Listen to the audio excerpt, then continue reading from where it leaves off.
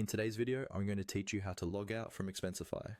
Logging out of your account is a simple but important step, especially if you're using a shared or public device, or if you just want to make sure your expense data stays secure.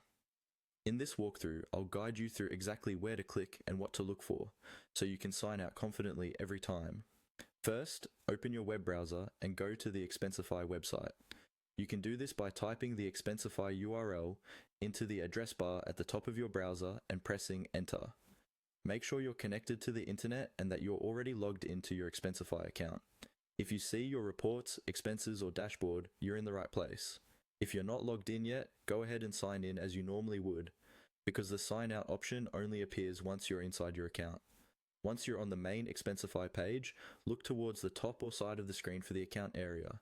Depending on the version of the interface you're using, this might appear as your profile picture, your initials inside a circle, or a label that simply says Account.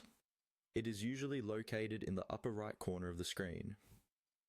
Move your mouse over to that area and click on it. This will open a small menu or take you to a page with your account options and settings. After you click on Account, you should see several options related to your profile and preferences. In that list, look for the option that says Sign Out. The wording might be Sign Out or Log Out, but it will clearly indicate that it's for ending your current session. Once you see it, click on Sign Out. When you click that button, Expensify will log you out of your account and take you back to the sign-in page or the main landing page.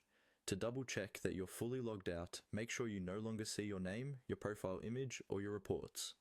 If you try to access any of your expenses and Expensify asks you to log in again, that means you've successfully signed out. That's all you need to do. By taking a few seconds to log out properly, you help keep your financial information safe, especially when using shared computers or devices.